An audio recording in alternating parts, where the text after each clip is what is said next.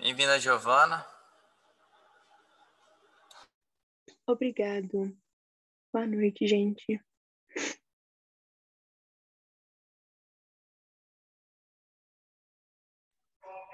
Cadê o Toy?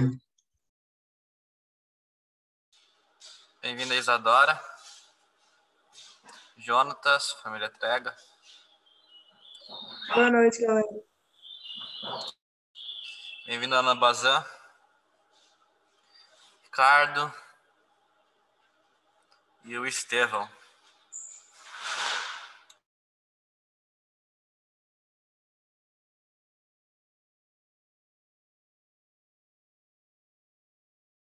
Bem-vindo, Levi.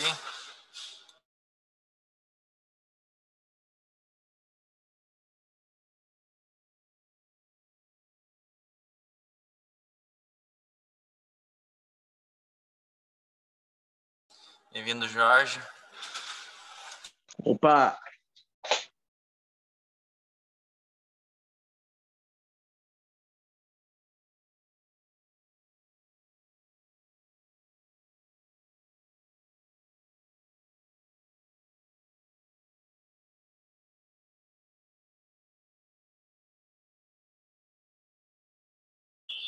Bem-vindo a Belas.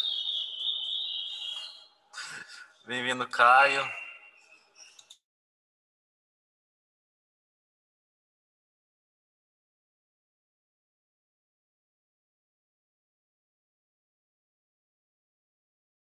Bem-vindo, Helena.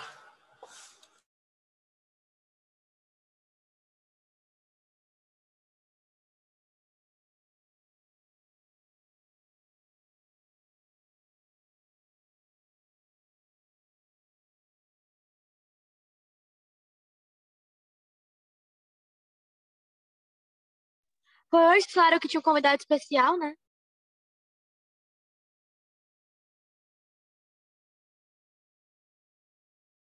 Acho que a Bela vai falar depois. Ah, sim. Valeu, valeu. Bem-vindo, Henrique, de novo. Lívia.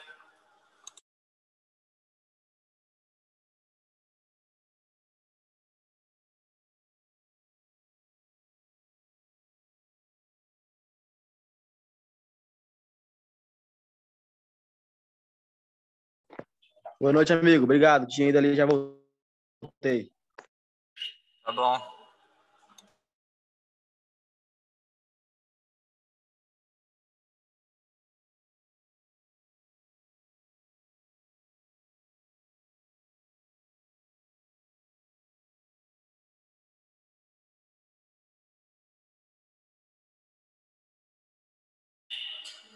Bem-vinda, Laiane.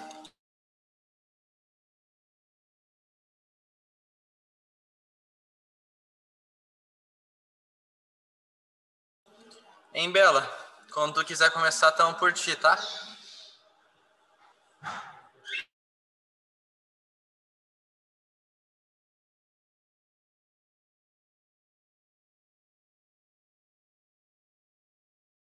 Falou o quê? Eu não escutei direito. Não, só falei se a Bela quiser começar. Gente, vocês estão me ouvindo? Tamo. Sim. A gente colocou o áudio aqui no celular para que fica melhor. Então, bem-vindo a todos. Nossa, tá curtindo a estar. Tá. Sejam todos muito bem-vindos, gente, para mais um estudo hoje. Estamos muito felizes de estarmos com vocês novamente. O pessoal está entrando, né, aos poucos. Todo mundo que vai entrando, sejam muito bem-vindos. Liguem suas câmeras para a gente conseguir se conhecer melhor. Tem um monte de gente entrando, sejam bem-vindos. Então, o capítulo de hoje, que a gente vai estar estudando, vai ser o capítulo 34, que tem como título Genuína Experiência Cristã. Para quem não sabe, aqui a gente estuda o livro Mensagem aos Jovens. E, para quem é novo aqui, sejam muito bem-vindos. Inclusive, a gente tem um grupo no WhatsApp, se vocês tiverem interesse de entrar, vocês podem, quem sabe, colocar o número de vocês no chat, alguma coisa assim. Daí a gente pode fazer esse contato. Enfim, vamos fazer uma oração para a gente começar? Christian, você pode olhar para a gente? Posso? Vamos orar. Pai querido que está nos céus, Senhor, te pedimos que o Teu Espírito Santo seja manifestado nesta reunião, que possamos, além de conhecer as Tuas revelações, que possamos pôr em prática, Senhor. Abençoa cada família aqui representada e também cuida daqueles que estão em caminho. Te peço em nome de Jesus. Amém. Amém. Muito obrigada. Juninho, você conseguiu entrar? Ele está aqui? Conseguiu? Tá escrito já. Olá, estou aqui. Tá dando? Estamos te ouvindo. Você está como Jabes? Eu tô como Jabes. Você consegue me ouvir, Isabela, direitinho? Estamos ouvindo direitinho, tudo certo. Tá bom. Então, gente, boa noite. Eu vou passar agora, se eu já tinha apresentado. Eu vou passar a palavra para o Juninho. Ele vai estar dirigindo o nosso estudo dessa noite. O Juninho é um amigo nosso aqui da Serra. Ele é filho de Isaac, mas vou deixar ele se apresentar, né? Enfim. Mas enfim, a gente passa. Tá Irmão bom. da Esther também aqui. Obrigado, Isabela. Boa noite a todos vocês. É um prazer que eu tenho estar aqui com vocês nesse grupo. Para quem não me conhece, como a Isabela falou, meu nome é Isaac. Eu moro aqui na Serra do Cipó com meus pais. E é isso aí, eu estou bem animado em estudar com vocês o assunto para hoje, que é capítulo 34, Genuína Experiência Cristã. Ô, Isabela, tem o primeiro trecho aqui, eu posso ler? O capítulo é curto, eu acho que não vai tomar muito tempo mesmo. Claro, pode ler sim. Tá bom. Então, o primeiro trecho do capítulo 34 diz o seguinte: e que se não houver uma inteira mudança nos jovens, uma completa conversão, eles podem perder a esperança do céu. Do que me tem sido mostrado, não é mais da metade dos jovens que professam a religião e a verdade que sejam verdadeiramente convertidos. Se fossem convertidos, produziriam frutos para a glória de Deus. Muitos repousam numa suposta experiência sem base real. A fonte não está purificada.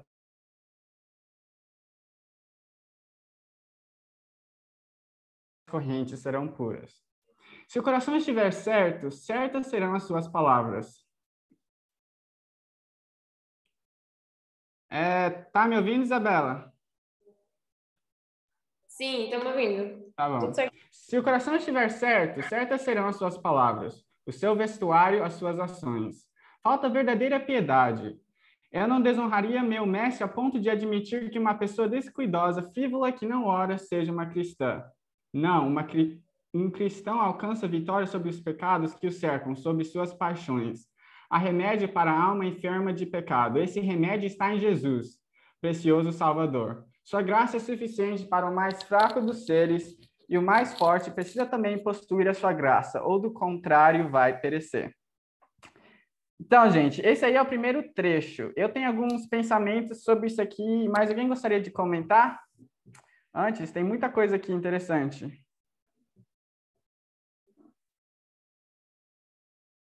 Alguém? A Isabela falou que vocês comentam bastante. Bom, Senão, boa noite, posso estão me falar. escutando? Estamos. Bom, dessa parte aí que você leu, já no início do capítulo, é um choque de realidade para muitas pessoas, né? E é bem duro, na verdade, essa mensagem, mas é necessária. Que uma pessoa frívola, uma pessoa que não ora, não pode ser considerada uma cristã, não pode... É como se fosse um desrespeito dizer que essa pessoa é uma cristã, entendeu? E muitas vezes a gente pode estar dentro da igreja, fazendo todas as coisas costumeiras, indo lá na frente, pregando, cantando, fazendo qualquer outra coisa, mas diante dos homens a gente está sendo justo, está sendo reto, mas e diante de Deus? Será que a gente tem sido um verdadeiro cristão? Então, essa questão é se a gente está seguindo o exemplo de Cristo, e não a justiça diante dos homens. Sendo um cristão.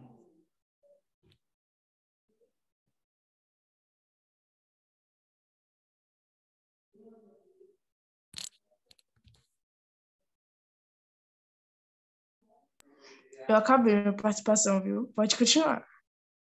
Isadora, eu não ouvi o teu áudio. A última coisa que você falou, você quer repetir? Eu acho que você... Eu falei que a questão é se a gente está seguindo realmente o exemplo de Cristo, porque é isso que é ser cristão, é seguir o exemplo de Cristo. Então, seguir o exemplo de Cristo, Cristo foi fiel, foi íntegro e reto em todos os seus caminhos. Ele era um bom filho, ele era um bom amigo, ele era uma pessoa incrível para todo mundo na sociedade, ele tratava bem as pessoas, não discriminava, não era preconceituoso. Ele foi perfeito em todos os aspectos, e é isso que é seguir o exemplo de Cristo, entendeu? Amém, amém. Boa colocação, Isadora. Gostei muito do seu comentário. Mais alguém? Eu gostaria de ressaltar um pedaço aqui. Quando fala assim, muitos repousam numa suposta esperança sem base real. A fonte não está purificada, portanto as correntes que dela procedem não são puras. Limpe a fonte e as correntes serão puras. E eu fiquei me perguntando, o que pode ser fonte?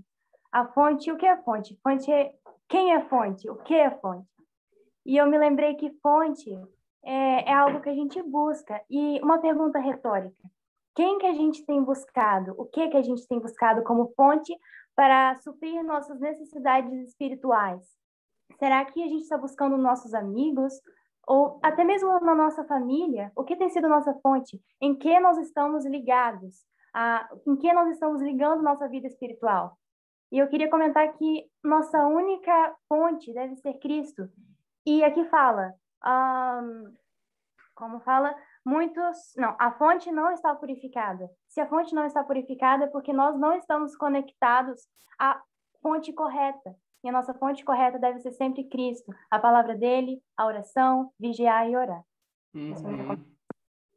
Ô, Letícia, nossa, eu gostei muito que você mencionou sobre essa fonte, por causa que eu estava realmente pensando sobre esse assunto. Eu gostei muito, eu não tinha pensado nessa aplicação que você fez, que a fonte poderia ser Deus. Eu vi um negócio aqui, eu vou compartilhar com vocês. Quando fala sobre as fontes aqui, fala, limpe as fontes e as correntes serão puras. Se o coração estiver certo, certas serão as suas palavras. Então, eu tive entendimento das fontes como sendo o coração. E é claro que talvez seja Cristo também. Mas, para a aplicação que eu vou fazer aqui, o seguinte, eu acho bem interessante o seguinte, por causa que ela está falando aqui, né? Se o coração estiver certo, certas suas palavras, o seu vestuário e suas ações.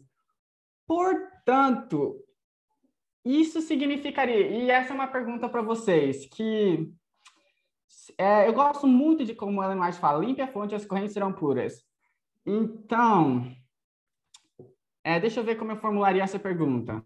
Será que eu devo seguir as inclinações do meu coração para eu não ser um hipócrita? Porque Deus fala que ele ama o doador alegre. Então, se eu não estou alegre em fazer o correto, logo, Deus não vai se agradar da minha obediência mesmo. Eu não quero ser um fariseu, certo? Ellen White fala, a verdadeira obediência procede do coração. Então, se o meu coração não está disposto em obedecer, se minha vontade quer fazer o mal, será que eu devo seguir minhas inclinações para que eu não esteja sendo um hipócrita, fingindo que a minha fonte está pura, que seria o meu coração? Porque lembra que obras de um coração não convertidos não são aceitáveis a Cristo. E eu acho bem interessante a gente analisar esse ponto. Alguém tem alguma coisa para falar sobre isso? Eu acho que, Jabes, boa noite. Né? Boa noite. Eu acho que independentemente, como tu falou, né? Tipo, quando a gente não segue por amor, a gente está sendo hipócrita, né? Realmente.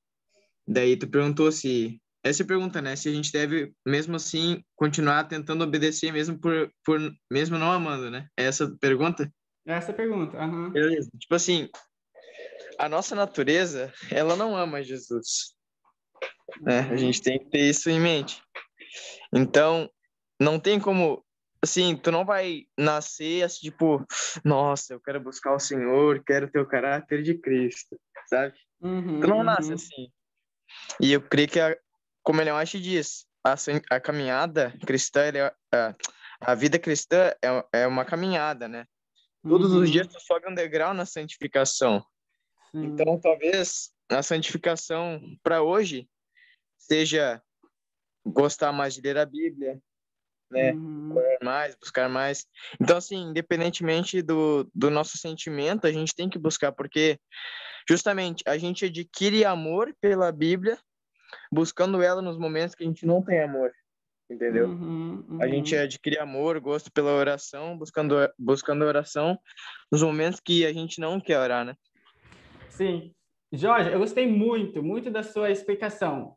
Mas, assim, se eu puder só delongar isso aqui um pouquinho mais, como que você definiria para mim, então, a que momento que eu vou fazer esses passos na caminhada cristã? Porque, como você falou, é assim, a gente vai buscar a Bíblia para buscar algo que a gente não tem. Mas, no mesmo momento, a Ellen White está falando aqui que se o coração estiver certo, certo serão as suas palavras. Então, assim, como que é a relação de como a gente prepara o coração? Se a gente prepara o coração primeiro ou se a gente começa a fazer as obras primeiro?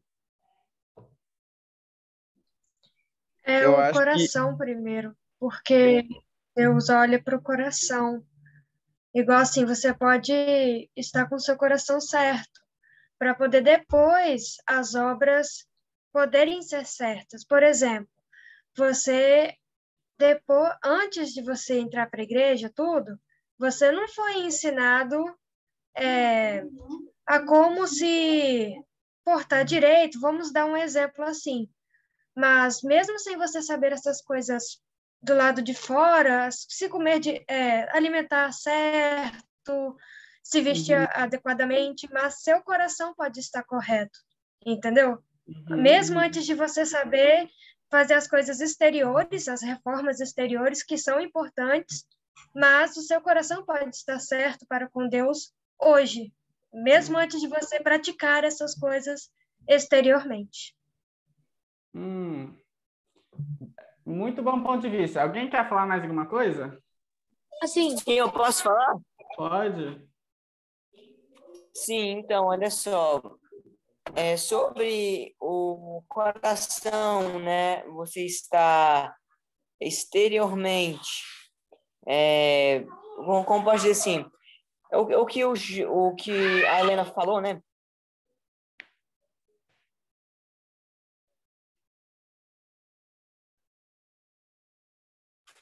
Desculpa aqui, então, olha só. Se, igual a Helena falou, nosso coração estiver preparado, mas não estivermos fazendo, até certo ponto a gente pode ser aceito. Depois que a gente já passa muito tempo conhecendo e não começa a praticar, aí já começa a ser eu esqueci a palavra, quando você faz, eu esqueci a palavra, Davi, quando você mas faz uma...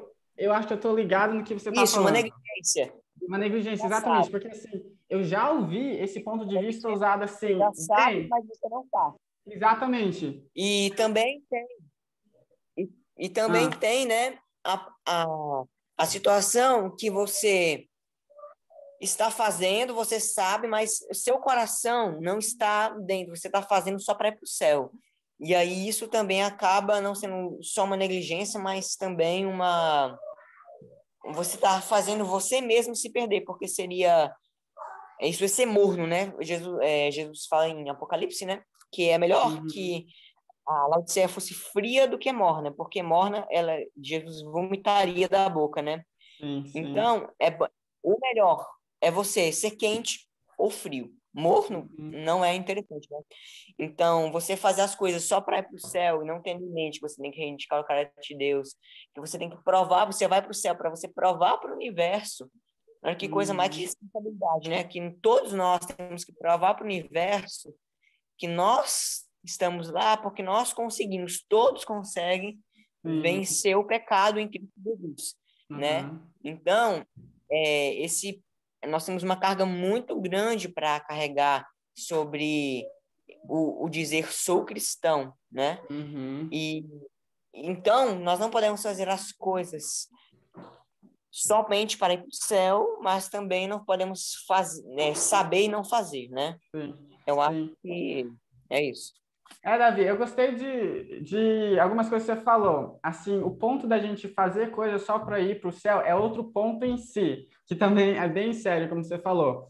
Mas, assim, eu acho que o ponto mesmo que a gente está tentando chegar aqui é o que vem primeiro. Porque, como você falou, se a gente ficar sabendo um monte de coisa e não praticar, não tem mérito nisso. Mas, no mesmo momento, a gente sabe que se a gente fizer obras da boca para fora e o nosso coração não estiver lá, a gente sabe que não tem mérito nisso. Vocês estão entendendo? Mas alguém gostaria de falar? Então, eu tenho uma coisa para mim que é tipo, eu quero entender o que eu estou fazendo. Na religião, tem muito de você aprender e, tipo, muitos jovens se perdem por isso, porque eles não entendem, eles não amam o que eles estão fazendo. Porque, tipo, entender na teoria até que vai, mas entender o porquê você está fazendo isso, a motivação. Quando você, tipo, pratica as coisas, mas só por fazer para ir para o céu, no automático, não é verdadeiro, mas você tem que aprender a amar fazer aquilo. Você tem que pensar assim, beleza, eu estou negando o meu eu, mas é por algo maior, é por amar alguém que me amou primeiro. Aí você, praticando isso com amor várias vezes, aí seu coração vai ser mudado. Mas, pô, você está falando assim, o que muda primeiro? A atitude, o que vem primeiro? Atitude ou coração? Tipo, na Bíblia fala assim, buscar-me-eis e me achareis quando me buscareis de todo o coração. A gente tem que querer, a gente tem que sentir falta de Deus, tem que sentir falta de fazer o certo. Aí a gente buscar aprender e a gente buscar entender o porquê a gente está fazendo, a gente vai passar a amar a fazer aquilo e a gente vai construir. É que nem falam, a gente pensa primeiro, depois a gente faz, depois torna um hábito. Mesma coisa vale para o mal e para o bem. E para o bem que a gente tem que praticar. Boa, Giovana. Realmente, a intenção é uma parte muito grande disso. Mais alguém gostaria de falar sobre isso antes que eu fale meu ponto de vista? Eu acho que essa questão... Eu posso fazer mais um comentário? Pode falar, Davi, depois eu... Não, fala quem falou primeiro, depois eu falo, então. Pode falar, Isabela. Eu acho que essa questão de mudança, toda verdadeira mudança, ela precisa começar no coração para ela ser genuína. Porque muitas vezes a gente se pega se esforçando, por exemplo, para não pecar, pela nossa própria força. E isso acaba sendo uma coisa somente dos nossos atos para fora. Ou, sei lá, eu vou mudar a minha alimentação.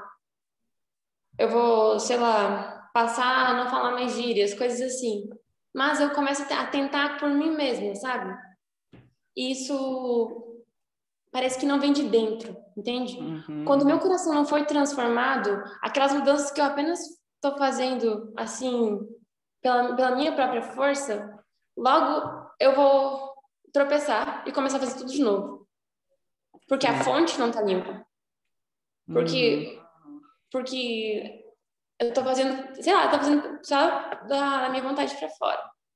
Eu não tô buscando a Deus e entendendo o porquê e buscando dele a força para que aquilo possa ser constante. Porque quando o momento que meu coração muda, eu acho que esse é o ponto, entendeu? Aquilo passa a ser constante, porque tá vindo de dentro. Isabela, posso só te perguntar? Nossa, estão chegando muito... Vocês estão chegando perto. Assim, eu acho que eu completamente concordo com você, Isabela, mas como que você definiria... deixa eu pegar um exemplo extremo aqui. É um alcoólatra. Será que ele deveria esperar o coração dele ser transformado? Ou no início... Como que você distinguiria isso aí? Porque eu acho que tem certas coisas em que realmente a mudança tem que começar de dentro. mas fazendo as ações vai, de uma forma, facilitar a mudança do lado de dentro. Você entendeu a minha pergunta, ô Isabela? Sim, entendi. Eu creio que no início sempre vai depender da nossa vontade, do nosso esforço, para que aquilo possa se tornar, com a medida que a gente pratica, virar um hábito e se tornar natural. Porque muitas vezes, como vocês estavam falando, a gente não tem vontade de estudar a Bíblia, mas eu vou lá e estudo até que eu vou ficar dependente daquilo, eu vou ter gosto por aquilo. Então, acho que um alcoólatra no início, ele talvez não tenha nem vontade de, assim, ele tem o desejo de largar a bebida, mas ele não tem força em si mesmo. Mas ele vai ter que se esforçar, ele vai ter que ir contra a vontade dele no início. Sim. Boa, Isabela. Mais alguém? Eu só queria completar essa fala de Isabela, porque eu penso assim, olha, vou até desligar a câmera para o áudio ficar bom. É necessário que a gente tenha uma atitude. Qual a atitude? De reconhecer que a gente é dependente de Deus. E quando a gente reconhece isso, que a gente é falho, fraco, com as nossas forças a gente vai voltar a pecar, a gente tem que pedir, como fala lá no capítulo, né? Pedir um novo coração, que está escrito lá em Salmos. Pedir um novo coração a Deus. Porque o nosso coração, a nossa natureza é sempre inclinada para o pecado e para pensamentos pecaminosos e para atitudes pecaminosas. E lá em Ezequiel,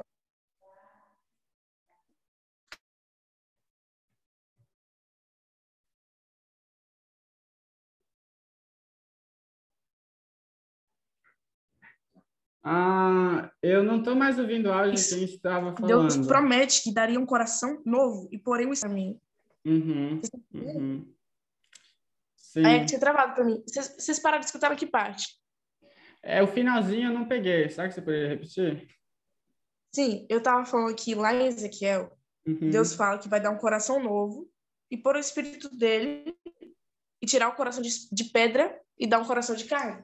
Ou seja, é só Deus que tem poder para fazer essa transformação. Mas tudo começa com a gente ter a atitude de reconhecer que a gente é pecador e que precisa da transformação dele. Entende? Entendo. Muito bom. Julinha, eu queria comentar uma coisa, rapidinho. Eu gosto muito de um exemplo. Davi, quando ele tinha cometido pecado com Betseba, e então o profeta Natan vem a ele, o admoesta, né, em relação a isso. E em Salmo 51, nós sabemos, é a oração de Davi contrito a respeito deste pecado dele.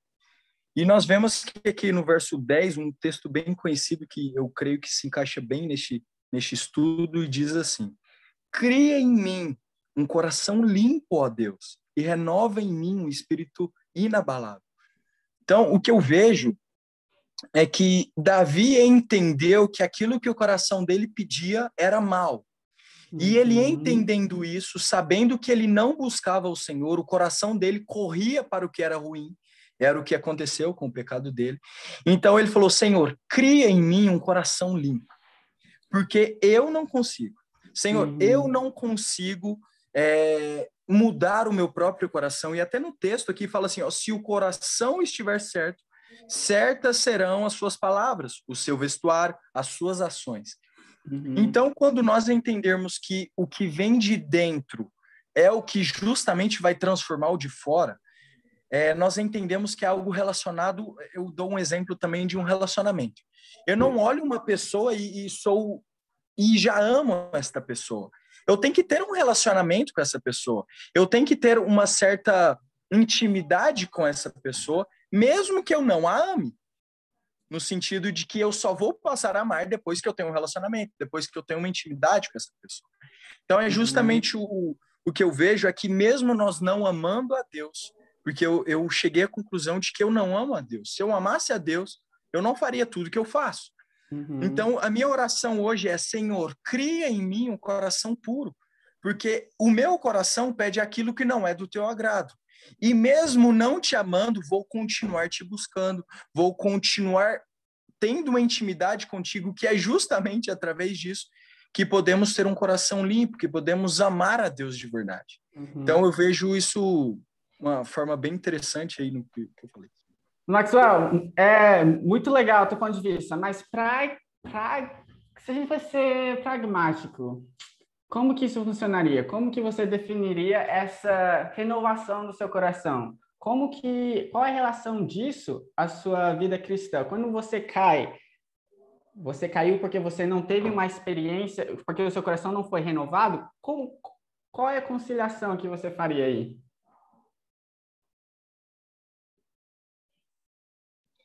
Então, podemos falar várias coisas e que talvez não chegue à resposta exata que você quer, né?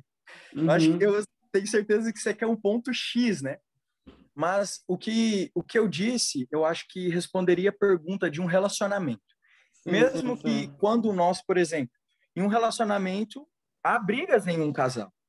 Há discussões e divergências, mas através disso, o que eu faço? Será que eu separo da minha mulher, separo da minha namorada, ou tento me reconciliar?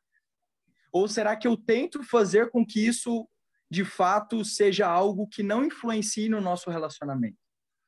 Então, eu vejo que a intimidade que eu tenho com a pessoa que está ao meu lado, que eu tenho para com Deus, vai definir nas minhas ações. Entendeu? Quando eu escolhi amar a Jesus. Eu escolhi ter um coração puro. O que eu faço agora? Qual o próximo passo? Nós vemos também que no parágrafo anterior falou da oração, que é uma das ferramentas para ter um coração puro, para nos achegarmos a Deus, termos uma intimidade maior com Deus. Então, podemos falar muitas coisas. Não sei se é exatamente o que você quer falar, né? Não, eu só queria ver o ponto de vista de vocês mesmos. Vocês estão falando umas coisas bem interessantes e, na realidade, esse não é nem o ponto principal desse trecho. Eu só estava bem curioso porque é um ponto que realmente eu acho fundamental a gente ter uma compreensão. Mais uma pessoa gostaria de falar e daí eu acho que eu vou comentar alguma coisa e a gente pode já passar adiante nesse assunto.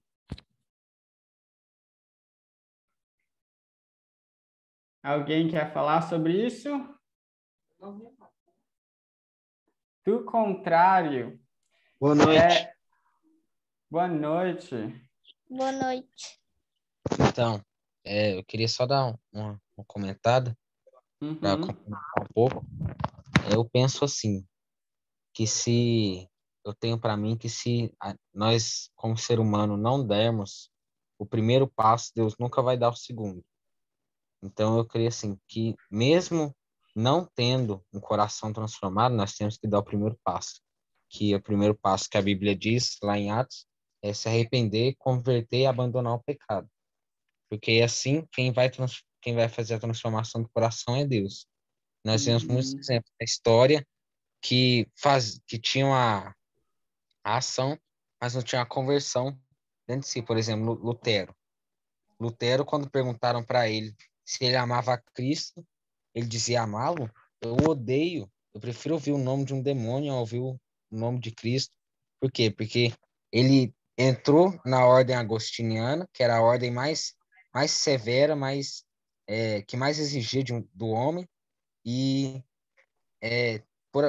pelas suas ações querer ganhar o favor de Deus, não para se salvar, mas para não se perder.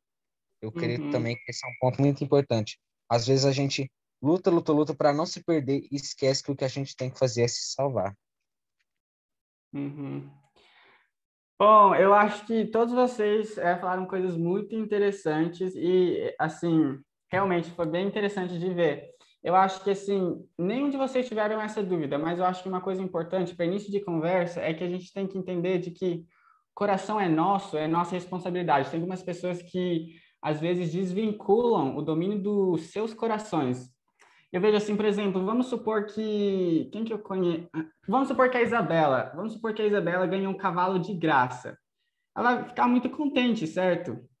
Mas e se o cavalo que ela ganhou de graça tiver um burn, assim, uma infecção de pele? Será que ela ainda estará contente de ter ganhado um cavalo de graça? Eu acho que sim. Ela agora vai tratar desse cavalo, mesmo ele vindo com esse problema. Ela aplicará ivermectina, ela dará banhos nele, alimentará ele, exercitará ele. Ela passará sei lá, cera na pele dele, sei lá o que for que cavalos precisam, ela vai cuidar desse cavalo, porque o cavalo pertence a ela, a responsabilidade é dela. E assim, igualmente, Deus nos deu a vida, individualidade, consciência, livre-arbítrio, domínio próprio, e cabe a nós.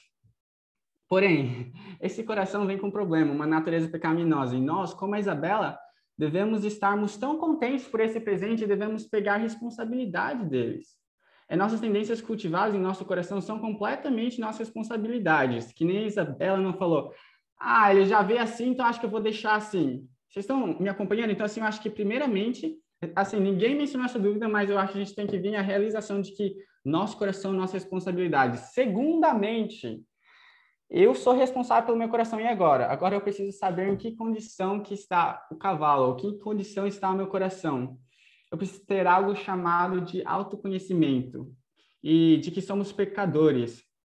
E para sentirmos a necessidade de um Salvador, precisamos estar cientes de que não temos nada de bom para oferecer a Deus. Todas as nossas obras são um trapo de imundícia. E quando a gente realmente perceber isso, e isso precisa ser percebido através da contemplação de Cristo, porque Cristo nos dá o autoconhecimento.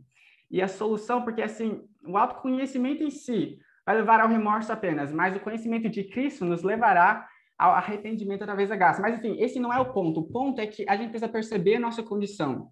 E daí receberemos a graça de Deus.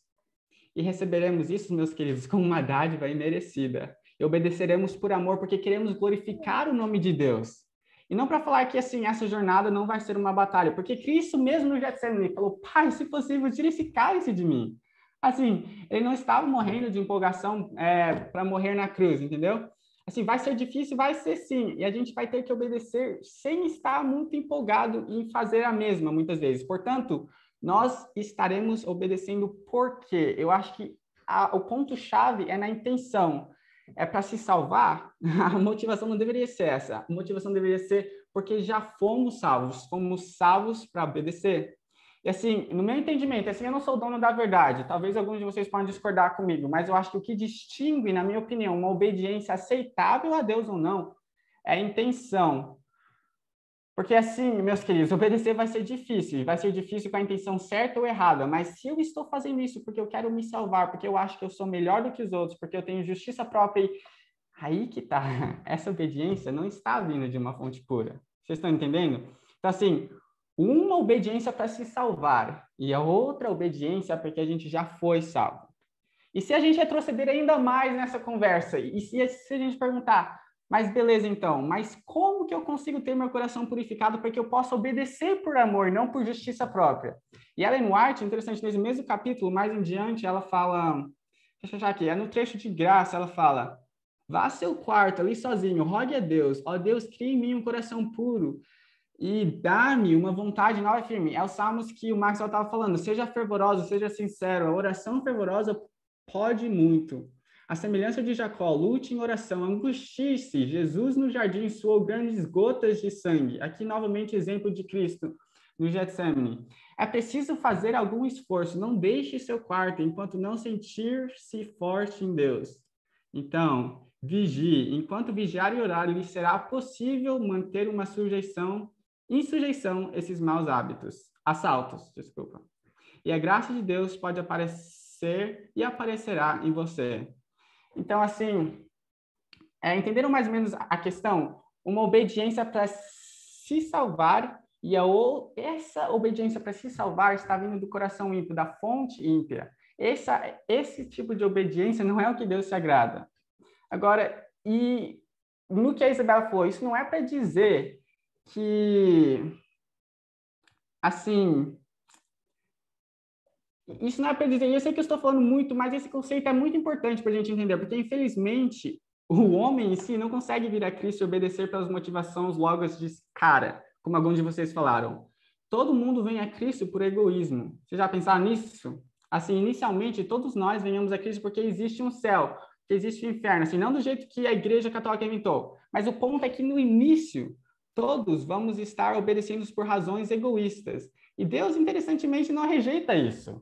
Os seus próprios discípulos estavam seguindo por, assim, 3 anos para serem os chefes do novo governo e terem posições de influência e poder. E Deus aceitou isso. Ele aceitou porque ele sabe de que nós somos egoístas. que assim até me aventuraria a dizer que a Bíblia foi escrita de uma maneira para captar essa nossa tendência egoísta.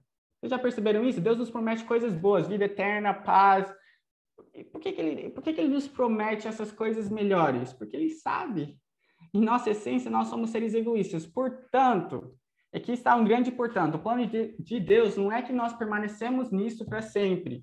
Ao contemplarmos o caráter de Cristo, veremos como ele deu. Ele deu tudo para a raça humana. E quando isso não foi suficiente, Deus deu ainda mais. Ele deu a própria vida. E quando perceberemos isso, meus queridos, quando tivermos nossos corações completamente transformados à imagem e semelhança de Cristo, aí sim estaremos que nem Moisés, risca o meu nome do livro da vida, mas não destrua o seu povo. Vocês estão me acompanhando? Eu sei que é muita coisa, mas resumidamente, o que diferencia, na minha opinião, a obediência aceitável é a intenção. Mas assim, o simples fato de que nós não conseguimos ter a intenção certa antes de virmos a Cristo. Por isso que o livro, acho que Caminho a Cristo, eu creio, diz que é apenas o Espírito Santo que pode realizar a transformação dos nossos corações. E para isso, não tem segredo, nós precisamos, que nem Ellen White fala nesse capítulo, querer tanto o Espírito Santo como um servo à água. Mas assim, acredito que nós já nos demoramos suficiente nesse assunto. Eu espero que essa explicação foi satisfatória. Alguém gostaria de falar mais alguma coisa sobre isso ou a gente pode passar para a próxima sessão do livro? Eu posso falar? Pode, Davi. Sim, olha só. Duas coisas, né, que você falou. A primeira lá que você disse do cavalo. Você que mandou. Né? Uhum. Então, o que você falou sobre o cavalo, né? O cavalo de graça e tal, né? Eu achei um exemplo muito interessante mesmo. E os atributos que nós temos, que você disse, eu até esqueci alguns, né? Então, os atributos que Deus nos dá para a gente ter a vida eterna, para a gente ter condições de, ao menos, falar com Deus, né? Porque, na verdade, a nossa oração, na verdade, ela não vai para Deus do jeito que a gente ora, né? O Espírito Santo, ele... como que é o texto? Ele transforma a nossa oração com gemidos inexprimíveis, né? Então, nem a nossa oração, se fosse do jeito que a gente ora para Deus, teria resultado, né? Então, aí outra coisa que ele disse sobre a obediência, né? Acho que a gente já tocou nesse assunto um pouco atrás, mas a obediência, ela faz ser uma... Como posso dizer assim? A obediência, ela é uma coisa que tem que ser racional, né?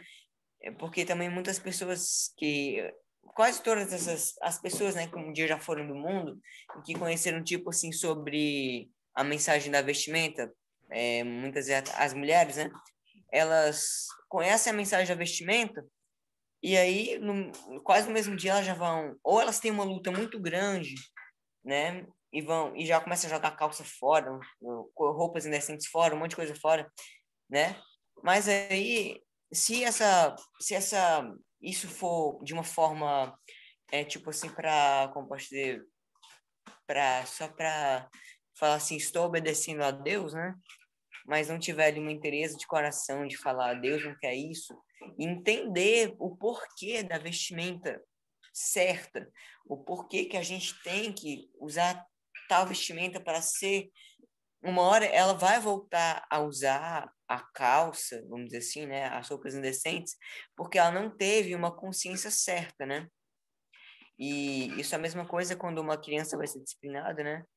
Que tem que ter uma conscientização, né? Porque se não houver uma conscientização, a criança vai ser disciplinada 1 milhão de vezes e ela não vai entender o porquê ela está sendo disciplinada, né? Tem que se conversar, mesma coisa com a obediência. Nós temos que ter uma mente correta e racional de entender o que está acontecendo primeiro, o que Deus está pedindo.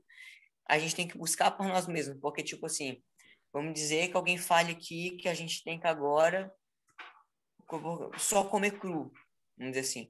E aí, eu não posso obedecer essa mensagem de uma vez. Não, eu tenho que primeiro pesquisar, ver se isso bate com o que está na Bíblia, bate com o que está no Espírito de Profecia, E depois, se isso for certo, aí eu sigo. Se não, descartou. Fala pra gente fazer com os falsos profetas também, né? Mas tá falando de obediência, né? E aconteceu uma coisa dessa na minha família, né? A gente não pesquisou, né, direito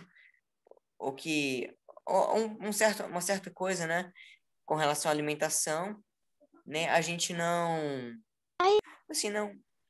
se ligou em pesquisar, não fizemos as devidas, como posso dizer, as devidas instruções que a Bíblia nos dá para a gente saber se uma coisa é certa ou errada, né?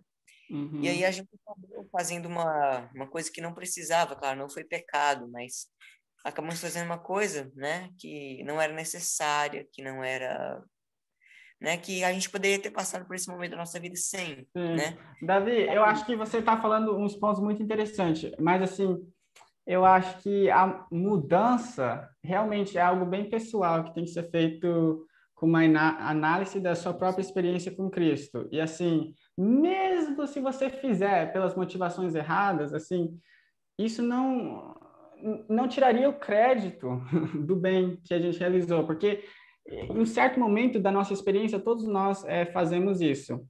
Então, assim, mas eu acho que a gente já poderia continuar para o próximo trecho do livro, que fala abrir caminho para as bênçãos. Alguém tem alguma coisa que achou interessante sobre esse trecho que gostaria de comentar?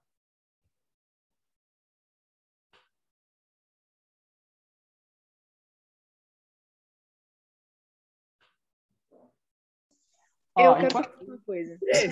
Pode falar. Por último, você falou que, tipo, Deus, ele aceita, mesmo quando a gente vai buscando algo egoísta. Mas eu acho que no caminho que a gente vai buscando, a gente se apaixona por ele. Eu vou dar um exemplo. É que nem o pastor Dudu Batista. Vocês conhecem o Eduardo Batista? Eu fui no Campuri da Divisão Sul-Americana e pregou. E ele disse que ele era ateu e que ele entrou no clube de bravadores porque ele queria ser militar. E ele era ateu. Mas no caminho, enquanto ele estava lá, ele quis aquilo. Mesmo que, tipo, quis no começo porque ele queria ser militar. Mas no caminho ele se apaixonou. E olha que bênção que é esse homem hoje, gente. Então, tipo, os caminhos, mesmo que no começo pode estar errado, eles vão se endireitar, sabe? E, que nem eu falei, você vai se apaixonar e você vai amar fazer aquilo. Sim. Era só isso. Giovana, eu realmente concordo com você. Assim, não é o plano de Cristo que a gente seja cristãos a nossa vida inteira porque a gente quer ganhar algo, quer ir para o céu. Porque mesmo no exemplo que eu dei, eu acho que Moisés é um exemplo clássico de um cristão realmente convertido. Porque quando ele falou, Deus, risca o meu nome do livro da vida, aí naquele momento ele estava provando de que ele não era cristão por algum ganho, entendeu?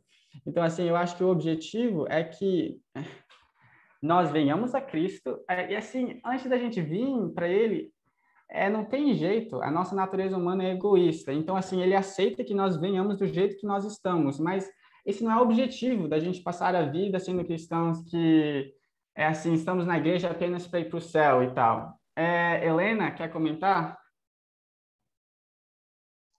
Sim, uma coisa que eu achei interessante nesse subtítulo, que dá para a gente ver a cooperação entre Deus e o homem, quando fala que abrir caminho para as bênçãos de Deus. A gente vê que tem que ter uma cooperação, porque ela fala que é confessar, aqui fala de, se eles quiserem, de um coração submisso e contrito, confessar e remover os próprios pecados, reclamando, confesso as promessas. Aí eu só vou ler aqui para poder dar... não, já terminou, suas promessas. Então, a gente vê a cooperação que a gente tem que fazer com Deus, porque Deus, ele dá o caminho, é igual quando Jesus esticou a mão para Pedro, para poder tirar ele da água. Ele estendeu a mão, só que o papel de Pedro era agarrar a mão de Cristo.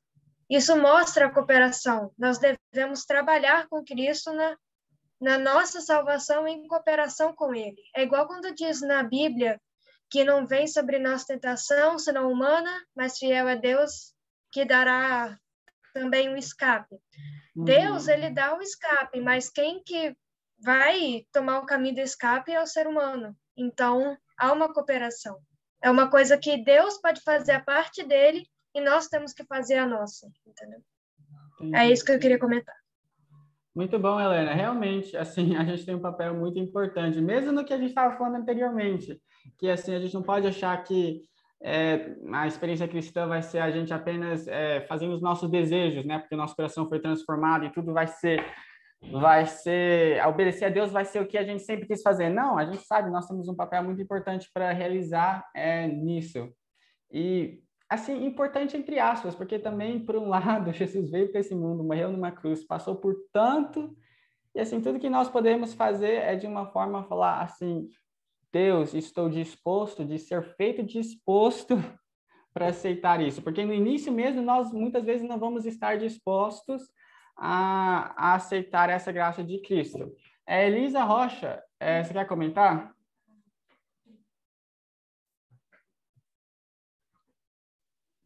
Estão me ouvindo? Estou. Ok.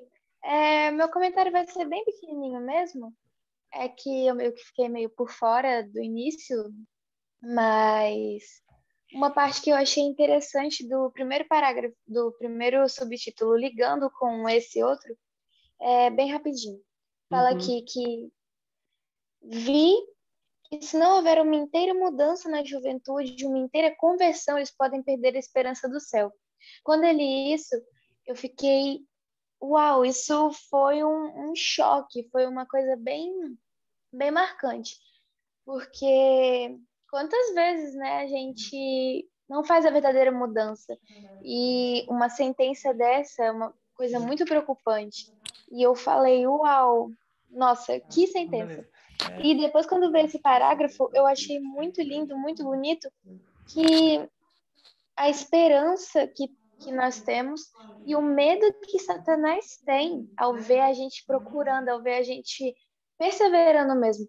Igual, eu não lembro onde fala, mas que diz que, acho que era Daniel, que era inabalável, tipo assim, Satanás ele não tinha poder, Satanás morria de raiva, de fúria. Nossa, esse jovem eu não consigo dominar e tudo.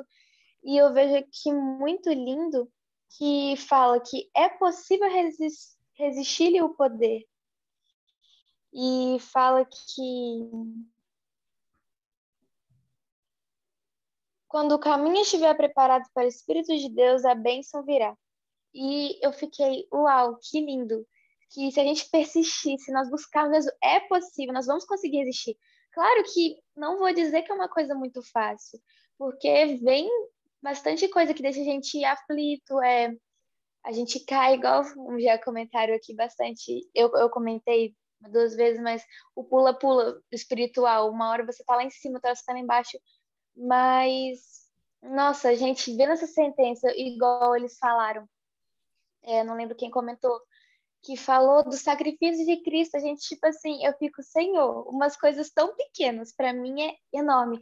Imagina para o Senhor, foi muito maior. Então, isso faz a gente valorizar mais o sacrifício de Cristo, porque assim a gente vai se apaixonando por Ele, tendo esse amor, igual, eu não lembro quem falou aí, acho que foi o Jorge, que falou que muitas vezes a gente não nasce com essa vontade.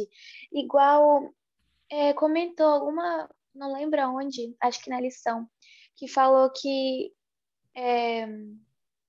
não lembro de qual personagem, mas que fala que muitas vezes a gente não nasce com essa vontade de servir, esse amor por Cristo, a gente vai desenvolvendo. E glórias a Cristo, né, que a gente pode ter essa certeza, né, que se a gente batalhar fielmente, nós vamos conseguir a vitória. Isso aqui me deu um choque muito grande, me ajudou demais e me mostrou quão baixa eu sou, pequena, mas foi uma benção essa parte aqui. Só isso. Desculpa, falei demais. Não tem problema. Muito boa, Elisa. Eu gostei do seu comentário. Raquel, você gostaria de falar alguma coisa? Sim. Só que eu queria comentar uma coisa que eu achei interessante.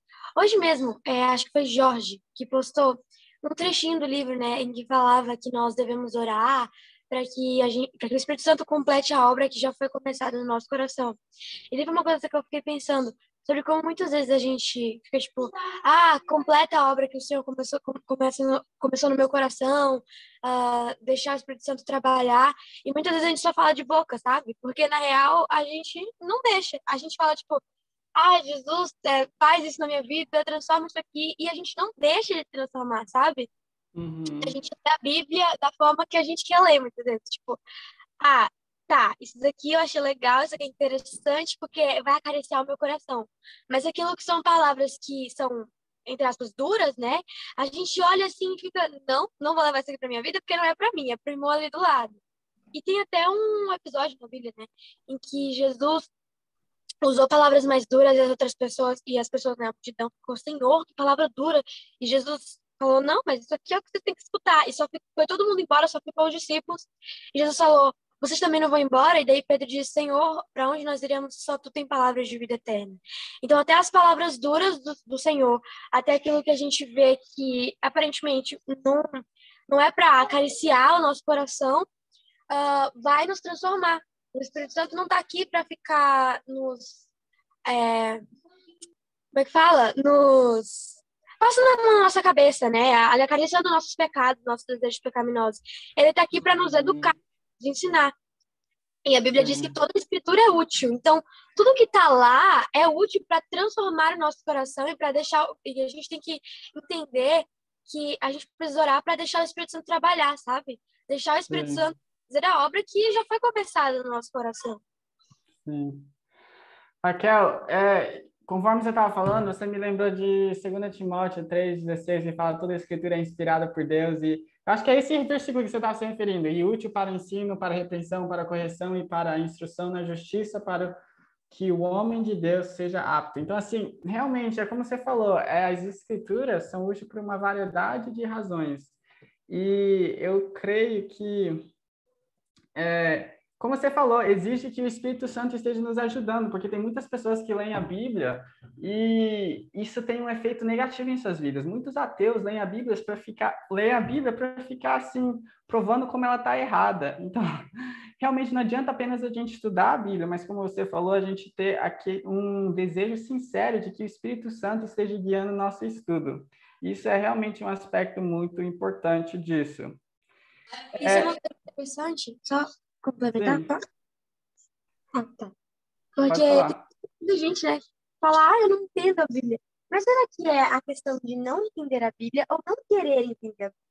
Porque às vezes a gente vai ler a Bíblia e a gente já vai ler a Bíblia na intenção de não querer ler, sabe? Tipo, de não querer escutar aquilo que não nos agrada, né?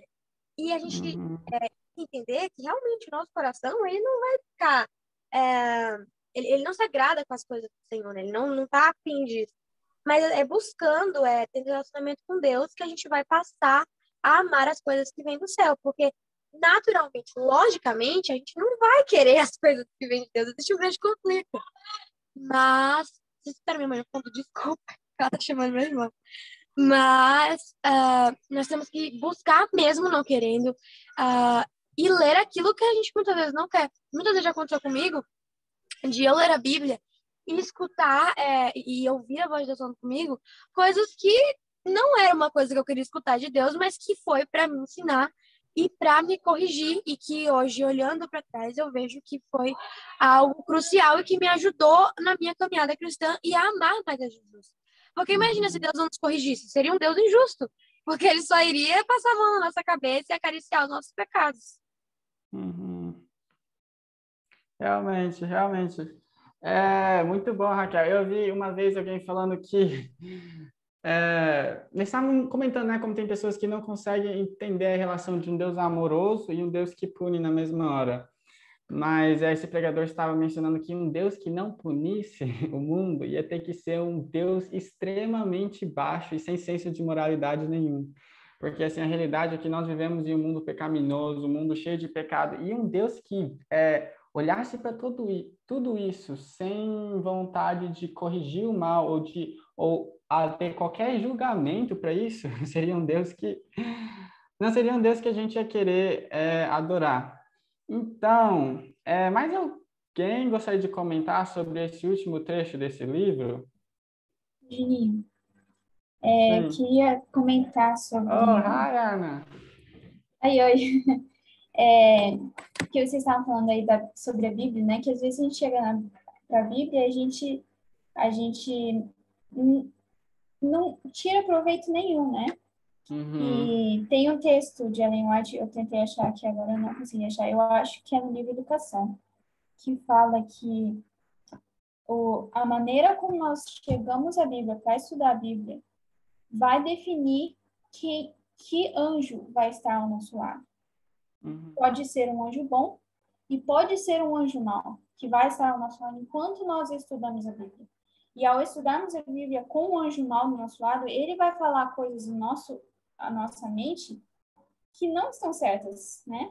Então não adianta só a gente falar, não, eu estou lendo a Bíblia, mas pode ter um anjo mau do nosso lado, né? Satanás conhece muito bem a Bíblia, muito mais que nós, né? Então nós temos que nos certificar de que maneira que nós estamos chegando à Bíblia para estudar e para receber a mensagem que Deus pode nos dar, porque ao mesmo tempo que pode ter um anjo bom ao nosso lado, às vezes mostrando coisas que nós não imaginaríamos que teríamos que fazer, ou seria difícil para nós aceitarmos, né? Pode ter alguém falando coisas que não... Realmente, Ana. Desencorajando isso, né? E eu acho, Ana, que a gente tem a tendência, às vezes, de pensar da Bíblia como se fosse, tipo, esse amuleto que chega o diabo e fala, aqui tá a Bíblia, e ele sai correndo. Mas, assim, o ponto não é esse. Eu vi a história de um senhor que ficou endemoniado e, assim, o demônio pegou a Bíblia e começou a citar para um outro cara que estava tentando expulsar o demônio. E mesmo Deus, quando ele foi tentado por Satanás estava ali citando a Bíblia. Então, realmente, como a Ana falou, assim, a Bíblia é muito importante que ao nós estarmos estudando, a gente esteja fazendo isso no espírito certo e, obviamente, com o anjo certo também. Mais alguém gostaria de comentar? Assim, eu posso só falar uma coisa? Pode. Que eu queria comentar, não sobre essa parte, é uma parte que você falou bem antes, mas é porque eu lembrei de um exemplo na hora, e daí tava outras pessoas falando e não consegui falar. Mas que quando você falou sobre que nós somos egoístas e tal, eu realmente concordo muito com o seu ponto de vista. Eu nunca tinha parado para pensar sobre essa perspectiva. Eu acho que você explicou muito bem, então parabéns. Mas eu lembrei daquilo do Caim e Abel, né? Da intenção dos dois. Porque muitas vezes as pessoas olham para a história e ficam tipo, nossa, mas Deus puniu Caim só porque ele não aceitou o sacrifício de Caim, só porque ele levou frutas e não o que Deus tinha pedido. Mas a real questão é, Caim estava obedecendo a Deus, ele estava preocupado em fazer a vontade do Pai, ou ele só pegou o que dava lá, o que ele tinha de resto e levou para seguir alguma coisa, sabe? Qual que era a real intenção? E daí eu lembrei disso. E eu fiquei pensando que provavelmente o coração de Abel estava muito alegre e contente pelas bênçãos que o Senhor tinha derramado sobre ele durante aquele tempo e que ele tinha levado o melhor para Deus porque ele amava o Deus que tinha dado aquilo tudo para ele. Ele cria naquilo. Mas Caim pegou as frutas lá que ele achou e levou o resto e falou, toma aqui, Senhor, isso aqui é para você. Só para não dizer que eu não trouxe nada, sabe? E a gente, às vezes, tem que realmente parar para pensar nisso. De verdade, você foi muito dado pelo Espírito Santo para falar uma coisa assim, porque eu nunca tinha parado para pensar assim.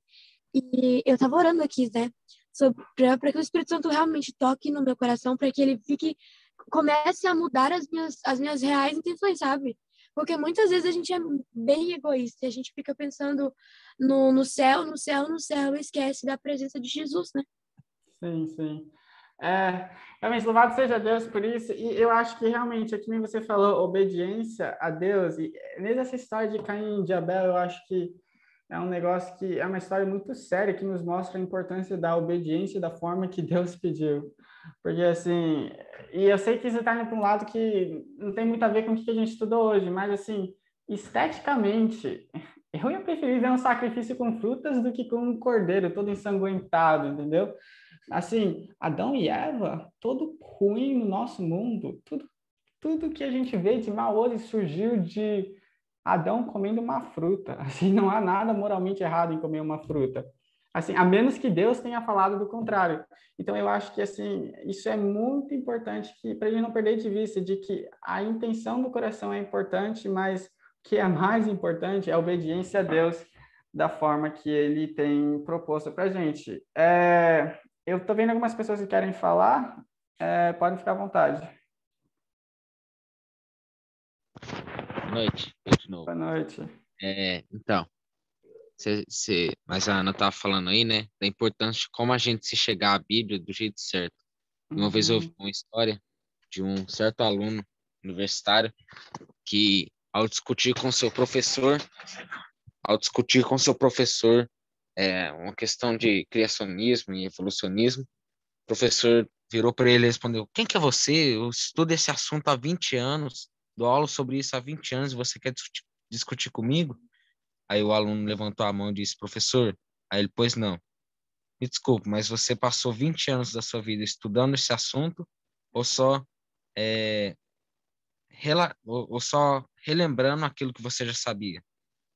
Ou seja, né? O que a gente vai buscar na Bíblia? A gente vai buscar na Bíblia algo novo, porque a Bíblia diz que as misericórdias do Senhor se renovam a cada dia, e assim também a sua palavra. O que a gente vai buscar? A gente vai buscar mais conhecimento ou a gente vai só reafirmar aquilo que a gente já sabia?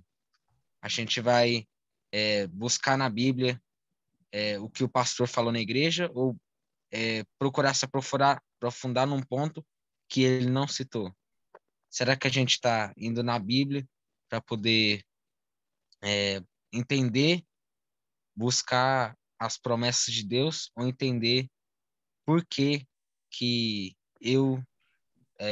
Deus não cumpre uma promessa quando eu falho com ele?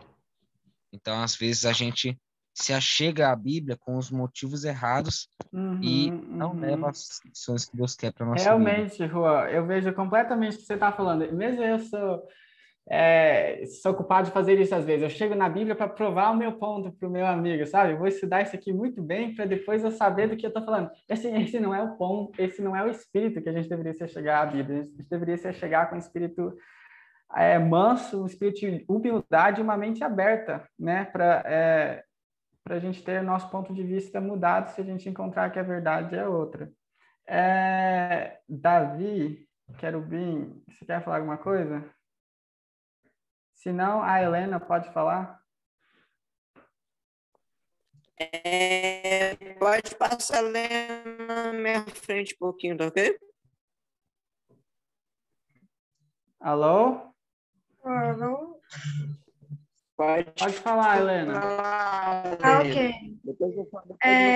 Igual a que a Ana disse, né, de se chegar à Bíblia com um espírito correto, isso me fez lembrar que um espírito errado pode trazer os espíritos de Satanás para perto, os anjos de Satanás. E isso eu lembro porque tem um livro que é intitulado Que Farei para Herdar a Vida Eterna. E a autora, Margaret Davis, não sei se vocês conhecem, acredito que sim, ela conta a experiência dela e ela fala que toda vez na hora do culto, o marido dela corrigia, porque ele era um editor, então era um livro que eles estavam lendo que não foi bem editado, então cada vez que tinha uma palavra ou uma sentença que não estava correta, ele corrigia. E então, isso deixava ela com, assim, raiva, ela ficava ressentida, porque ela falava assim, ele pode fazer isso a qualquer momento, menos na hora do culto. Se ele me corrigir na hora do culto, era como se fosse a gota d'água. E ela disse assim, que um espírito errado pode estragar o culto, mesmo que você não fale nada. Mas ela acabava retrucando assim, mas ela fala, mesmo que você não fale nada, você está com um sentimento errado.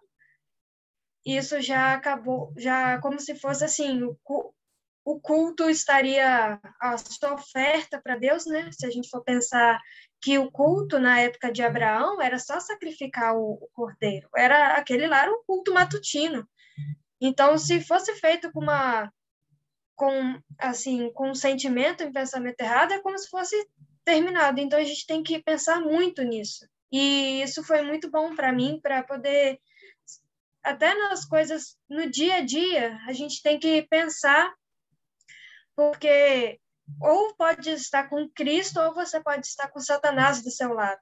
E isso você não precisa fazer nada ou externar nada, mas pelo seu sentimento que está interno, você pode estar convidando um ou o outro.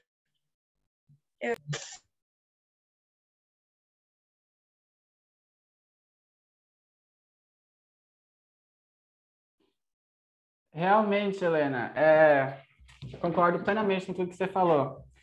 Gente, está ficando um pouquinho tarde, eu acho que a gente poderia voltar ao último trecho, eu gostaria de falar só um pouquinho mais sobre isso e a gente já podia encerrar. Baseado nesse último trecho desse capítulo, ele fala abrir para o caminho as bênçãos, eu acho que baseado nesse parágrafo, assim, a síntese, a essência desse parágrafo mostra onde o nosso poder está.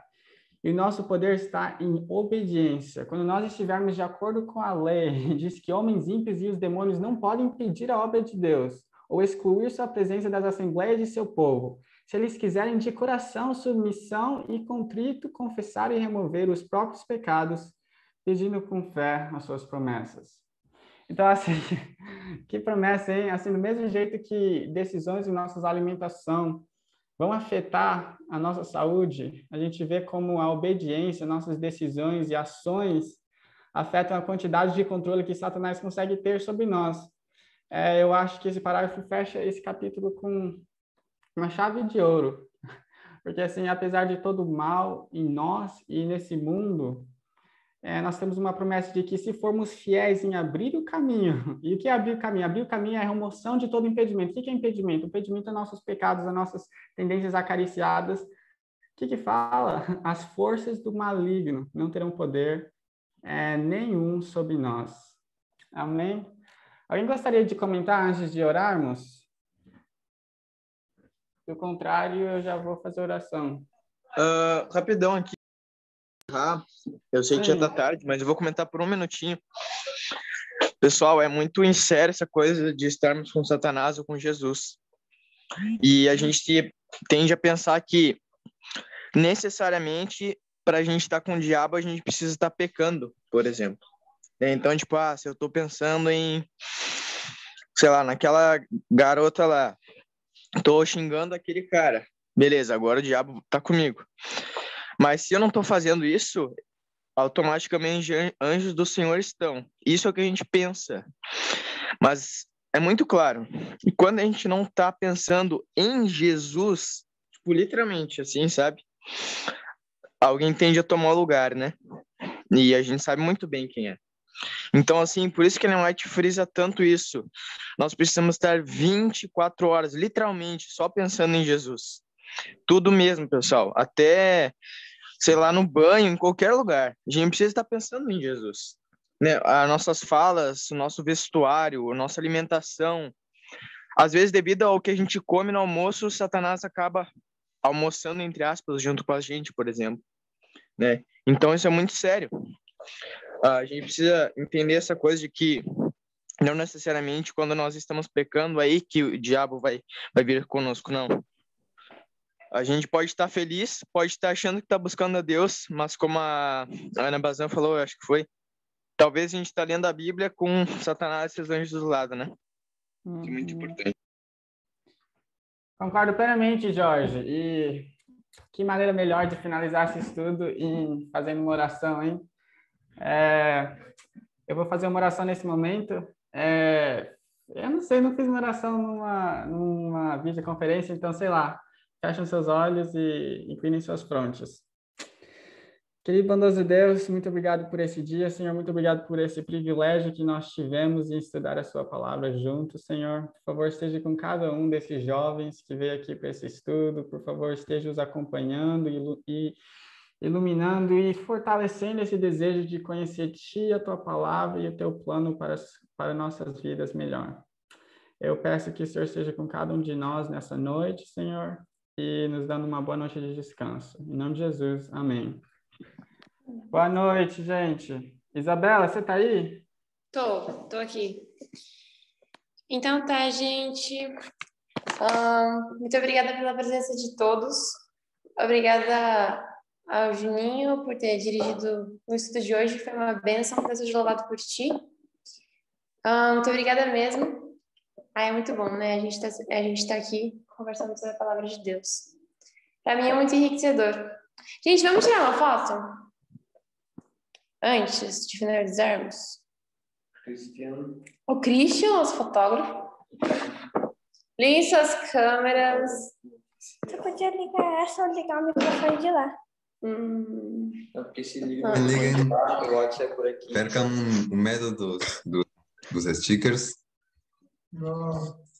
Liguem as câmeras, por favor, pessoal. Vamos, já sabem, tenho aí uma opção para fazer as reações, né? O coração, eu recomendo.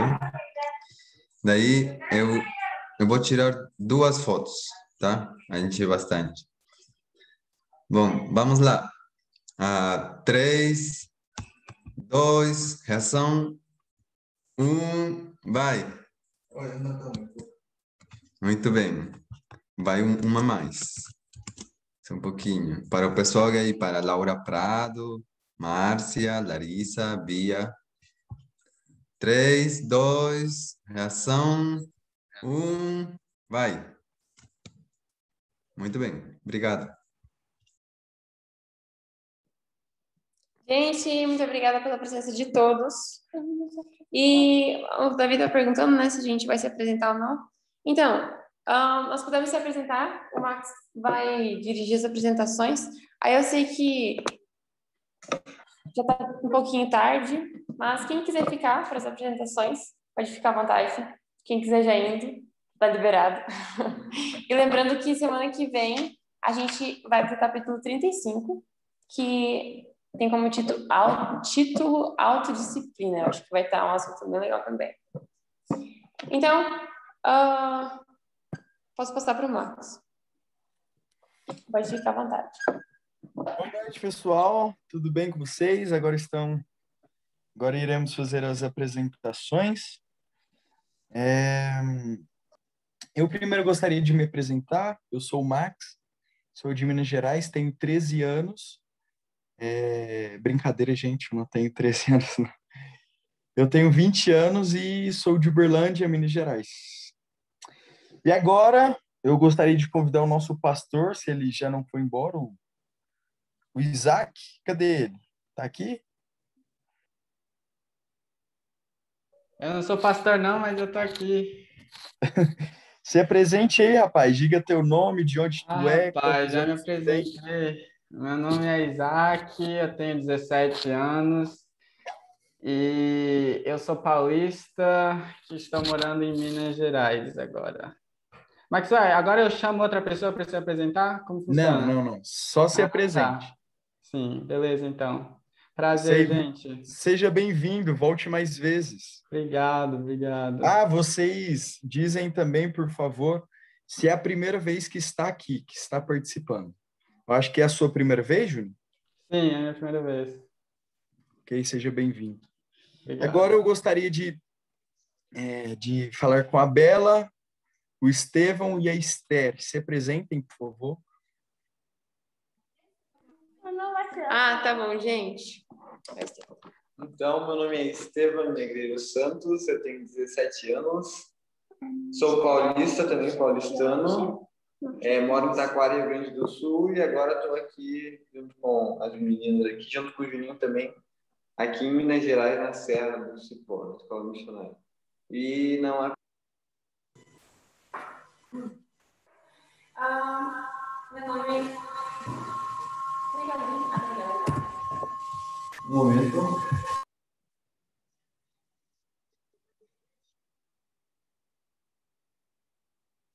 Não está saindo nada, Bela. Agora deu. Agora Depois a gente sim. estava dando referência com o computador, com o celular.